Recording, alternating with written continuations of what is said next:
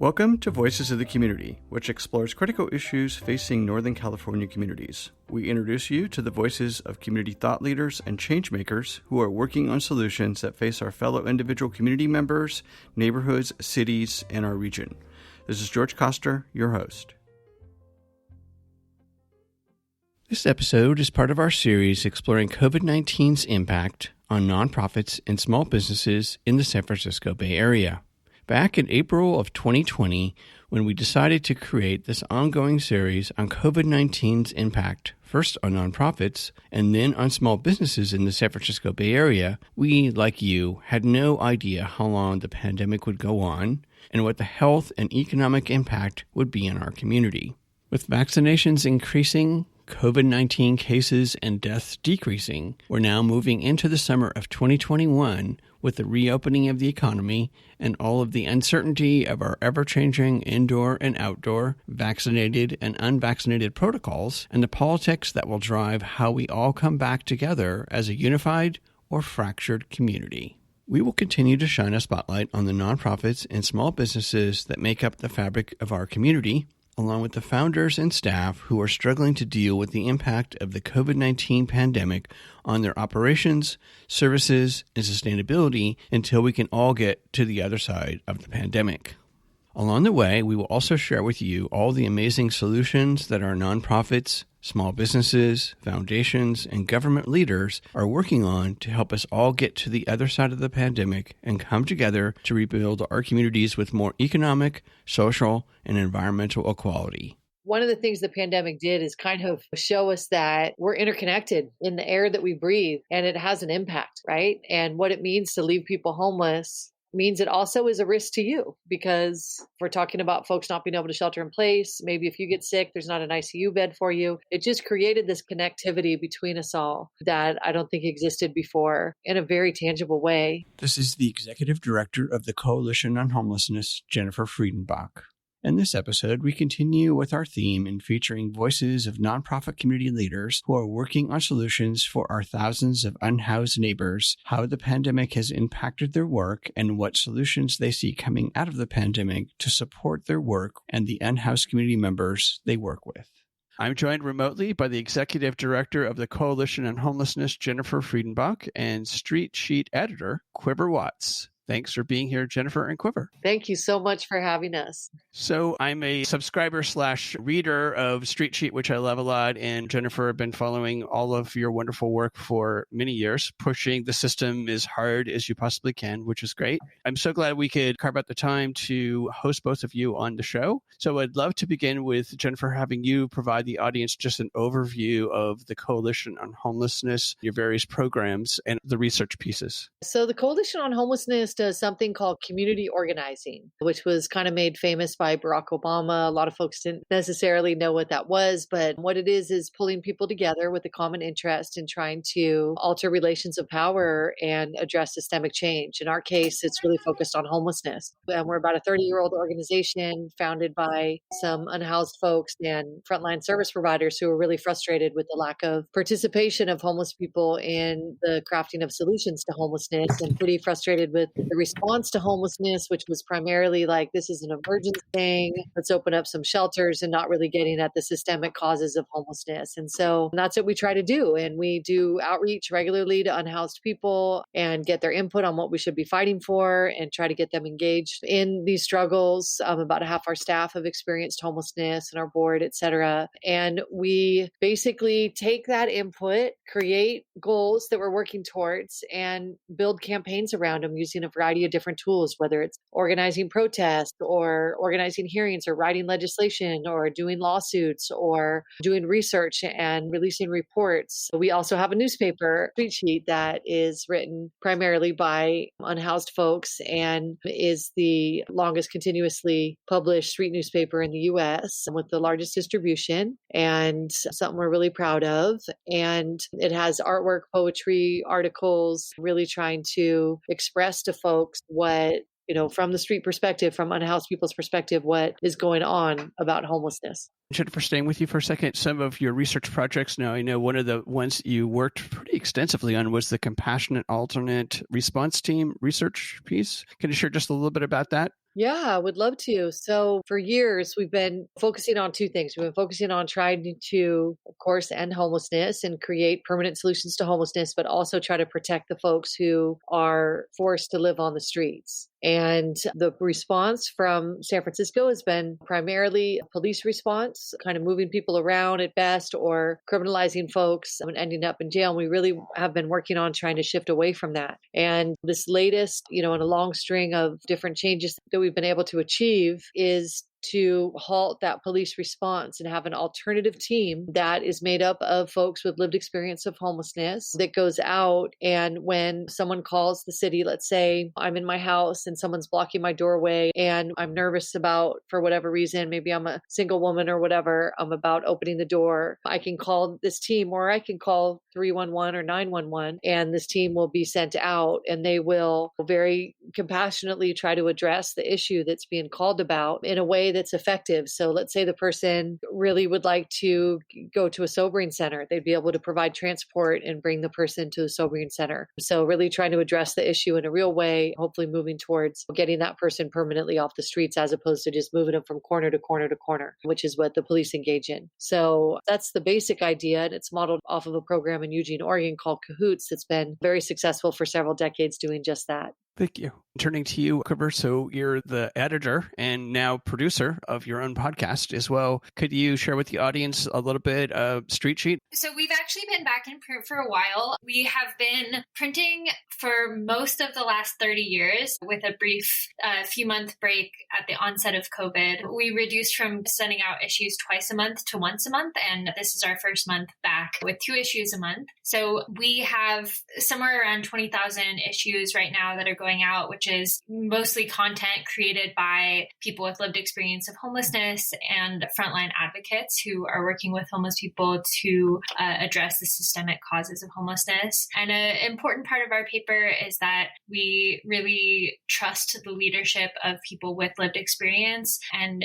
think that too often stories about poverty and homelessness in San Francisco, where the issue is so often talked about, too many of the stories leave out the perspectives of those who are the true experts, which are homeless people themselves. And so we really attempt to elevate voices that are left out of the conversation because we think that's where the real solutions come from. And yeah, like Jenny said, we have the most continuously published street paper in the world, but we're not alone. There are hundreds of papers now in the US as well as around the world. So we're also part of an international network of street newspapers, INSP, and we're all working on similarly getting news out that focuses on poverty and homelessness and is distributed by homeless people themselves. I guess the important thing that I left out there is that folks in San Francisco who are experiencing poverty and homelessness come into our office and pick up the newspaper for free, and then they distribute them on street corners around the city and keep all the proceeds that they make from sales. So it's not only a platform for folks to share their stories, but also a way that they can earn a little bit of money and participate in a community organizing project. That's usually how I get my paper, is by purchasing it from one of the distributors. So do you by chance just have, it's a wonderful model because the paper is providing folks with some revenue. Do you have an idea of what an average distributor could conceivably create in the way of cash to help them with food?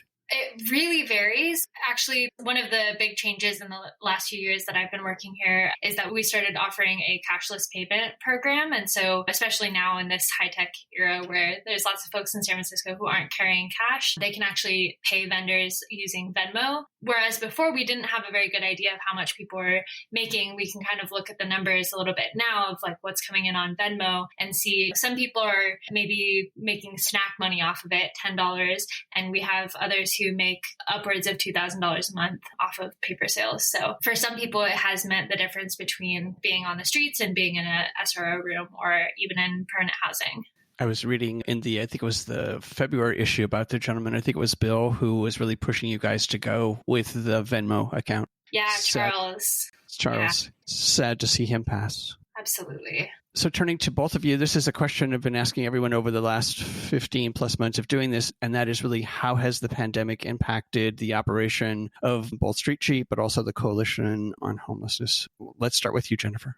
Well, Quiver talked a little bit about how it impacted the street sheet. I mean, can probably talk more, but this has been a very wild ride for all of us at the coalition. I mean, we completely changed up our operations in a lot of different ways, responding to the emergency response out on the streets. We also had to really bring in a lot of medical experts and really try to get a handle on what we should be pushing for within our pandemic response. The first things that we were working on was testing. We did a whole bunch of kind of coordinating calls between DPH in San Francisco and public health in Los Angeles and getting ideas on how to best do that. Did a ton of outreach and work on getting people to the testing centers and getting them tested so that things could be traced in terms of where the outbreaks are. We did a whole bunch of work around the shelters. The city wanted to keep the shelters open at first. We were opposed to that. We thought it was really dangerous. We wanted them to really open up the shelter-in-place hotels and the tourist hotels that were closed. There was a massive outbreak in one of our shelters where there was 105 positives. There was another shelter that was going to open during the pandemic that Quiver can talk about that Street Sheet weighed in on. And we pushed really hard for these hotels and getting as many as possible. We really fought for getting legislation passed at City Hall, calling for about 8,000 hotel rooms. We didn't get there, but about 2,500 rooms were secured in San Francisco at tourist hotels. And then we worked really hard on trying to push the city to do acquisitions,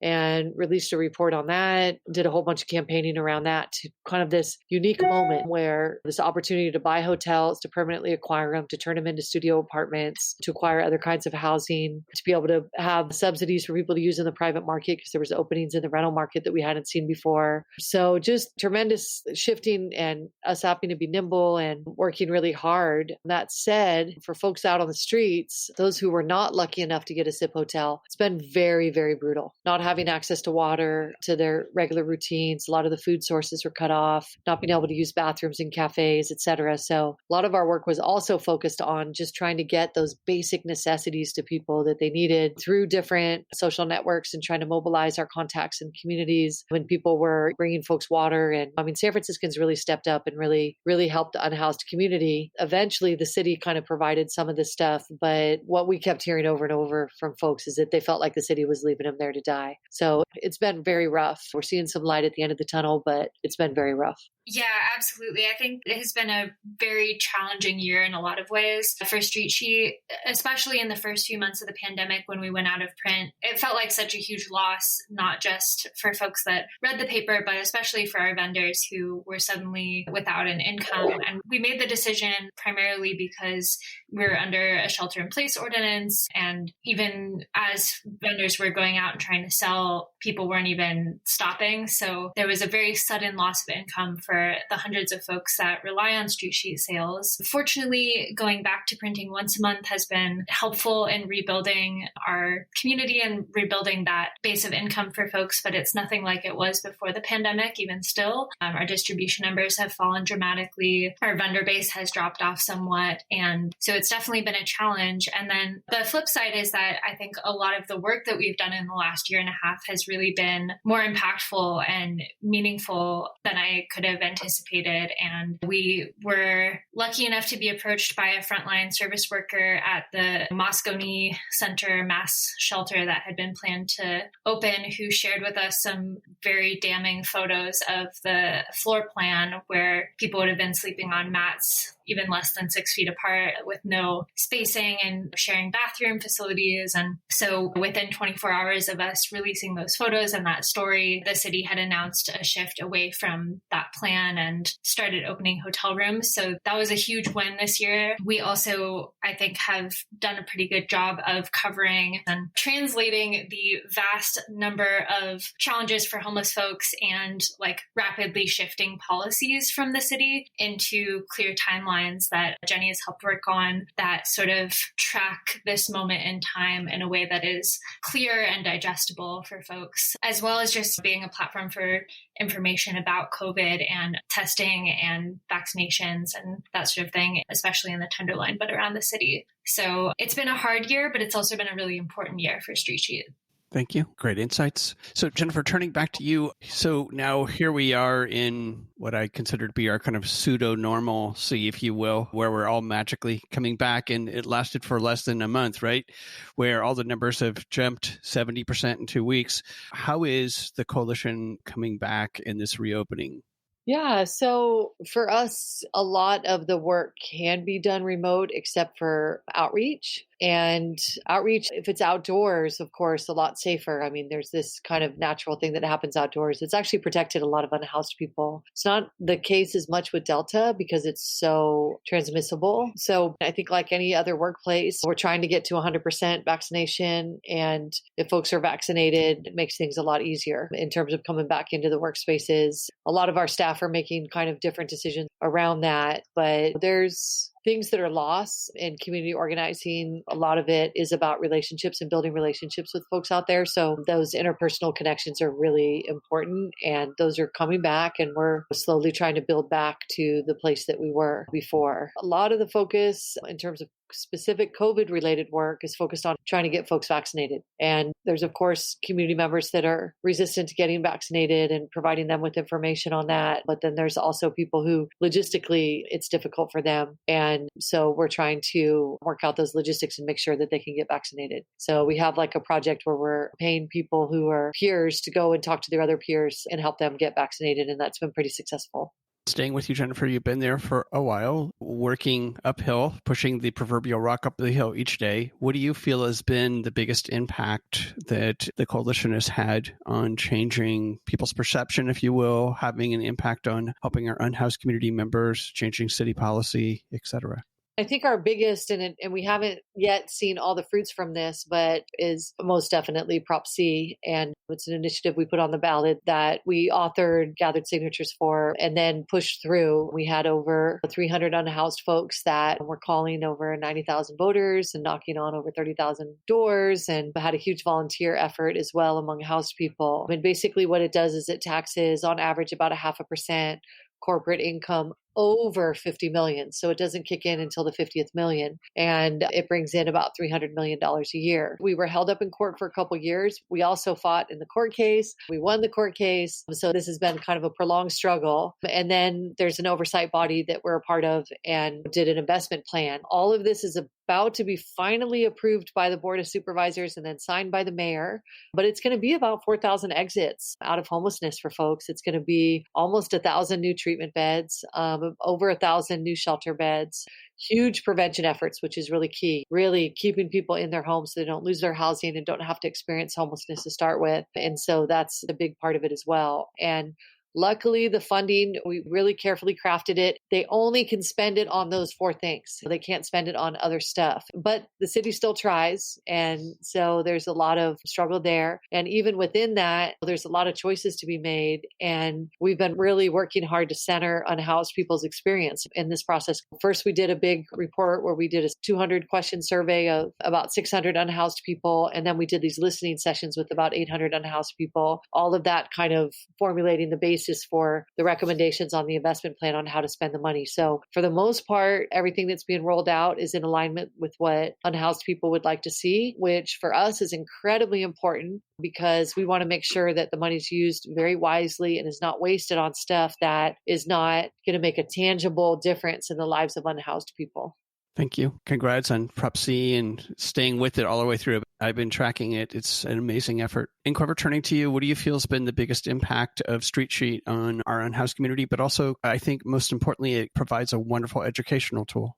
I have not been with Street Sheet or the coalition nearly as long as Jenny, so I don't have the same long-term perspective. But I would say in the years that I've been at the coalition, definitely Prop C. I mean, having Street Sheet as a tool to get the word out about Prop C, I think was really useful and helped mobilize a lot of folks. And I think the campaign also brought some of our vendors more into organizing work, which is always a goal and a challenge as folks are struggling to meet their day-to-day needs. But it's really fantastic when our vendors are able to plug in with some of the more systemic change work that the coalition is doing. And I think something that I'm excited about now is that we have started being able to offer stipends to writers who have lived experience of homelessness. And so we're not only just offering a platform, but we're also helping writers with lived experience build up their skills and learn more about journalism and become regular contributors to this paper. So we're able to build the community a little bit more and also provide more like direct training to folks that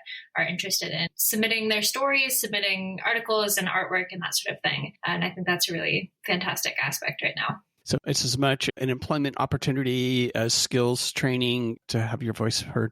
And Jennifer, turning back to you, how can folks who are listening to the program today support the Coalition on Homelessness work and Street Sheet? So we have a website, COHSF.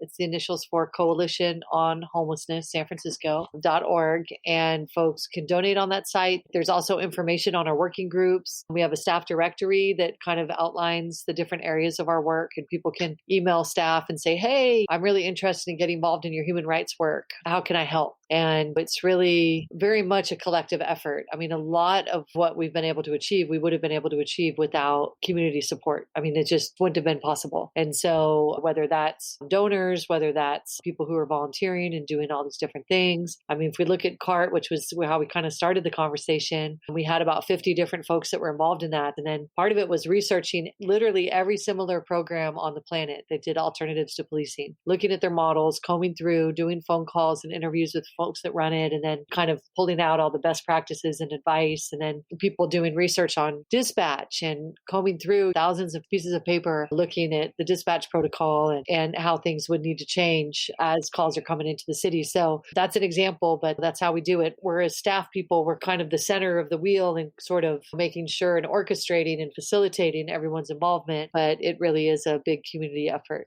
Thank you. And Quiver, could they become subscribers? I've been reading the electronic version of it, of course, on your website. Besides purchasing it from one of the distributors, which we hope there'll be more, how can folks support? The best way to support is definitely buy a paper every time you see a vendor, and not just stop and buy the paper, but say, hey, what's up? Find out a little bit about what their day's been like, have a conversation, because so much of what we're trying to do is change the perceptions of how San Franciscans, who often have a lot of false ideas and stigmas against homeless people. So starting that conversation, treating homeless folks with respect and engaging when you're buying your paper is like such a small gesture, but I think a really transformative one.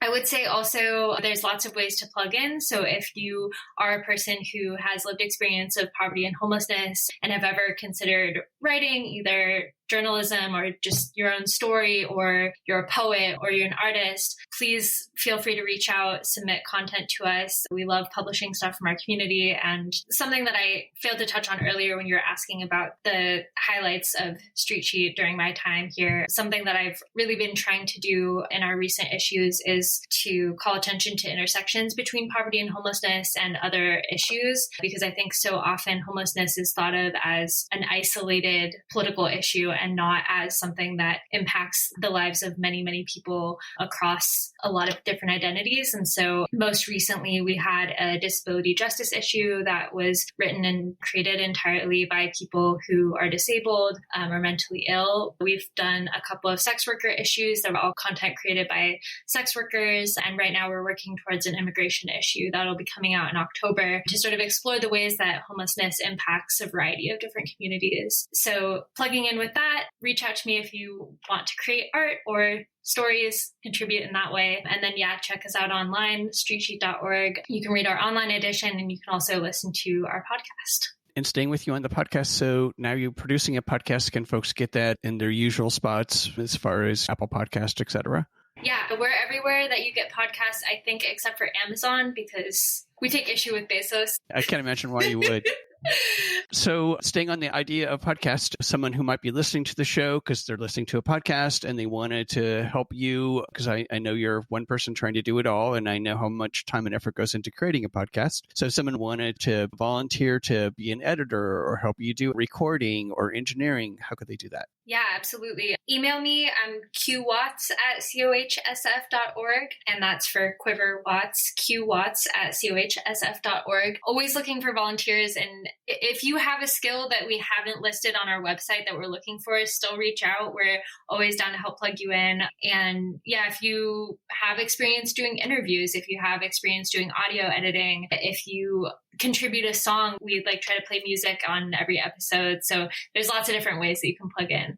Great. And then turning back to you, Jennifer, could you please share one of your favorite stories of working with the Coalition over this time? So many to choose from. Well, one of our street sheet vendors had a pet chicken that he liked to bring into the office. And that was a lot of fun. We have a lot of pets and animals around, and the chicken was around for a while. Wasn't the cleanest pet. I guess it's kind of hard to potty train chickens. I don't know why, but yeah. And, the chicken had a little bit of a drinking problem, but ended up getting adopted by somebody else who was worried about her alcohol problem. And so she went on to have a great life from being a homeless chicken to a house chicken. Very nice. That is a true story. I can attest to that. There was poop on the floor for 6 months. Yes, I can't quite see a chicken with a diaper on, but yes. No.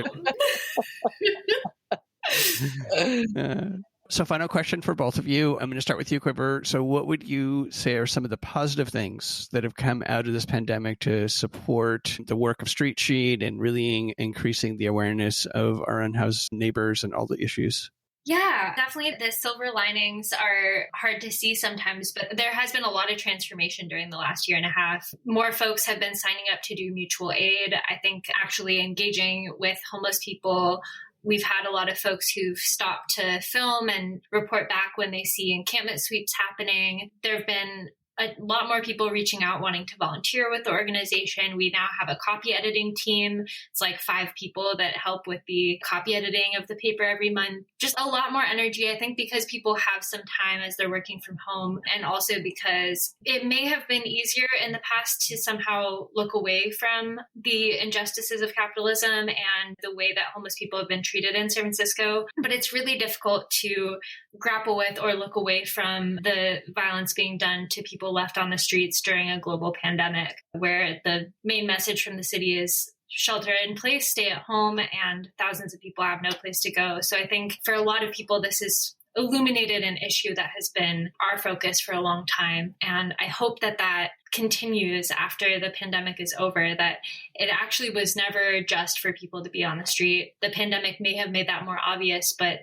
we need housing for every single person, and there's never an excuse not to have that. So yeah, I think we have a lot more folks who are keyed up and ready to fight, and that's what we need. We need more of us. Yeah, and just to add to what Quiver was saying, which I totally agree with, I think part of that shift was also people who could feel separate from unhoused people. And one of the things the pandemic did is kind of show us that we're interconnected in the air that we breathe, and it has an impact, right? And what it means to leave people homeless means it also is a risk to you, because if we're talking about folks not being able to shelter in place, maybe if you get sick, there's not an ICU bed for you. It just created this connectivity between us all that I don't think existed before in a very tangible way. And then the other thing I would say is that the SIP hotel experience, 2,000 people were moved off of the streets into hotels in a very short period of time. And that had not been done anywhere close to that, maybe after the earthquake or something in history that I'm not aware of, but at least during the modern era of mass homelessness that we're experiencing now. And the transformative impacts for folks that were able to have the dignity of a door to lock, a bed to sleep in, it was huge.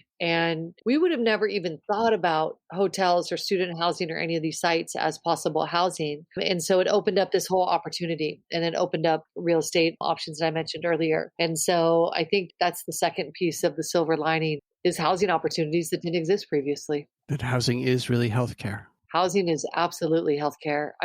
My God, yeah, that's really one of the things that you can see it in people's faces. Our human faces are like maps of our pain, right? So you see in people's faces how unhealthy they are, how healthy they are, but you also see people's faces change so dramatically when they're on the streets versus when they have a place to rest and to sleep. And it really impacts people's health, whether you're able to take your medication that you need because you have a chronic health condition, whether you're able to get the rest that you need because you're chronically sleep deprived when you're out on the streets, whether you're able to stay out of the elements. All of these things contribute so greatly, which is why unhoused people, medically present 25 years senior their calendar year. So as a 50-year-old woman, as homeless would present as a 75-year-old woman. So really, homelessness is killing people, just to double down on your point that housing is healthcare.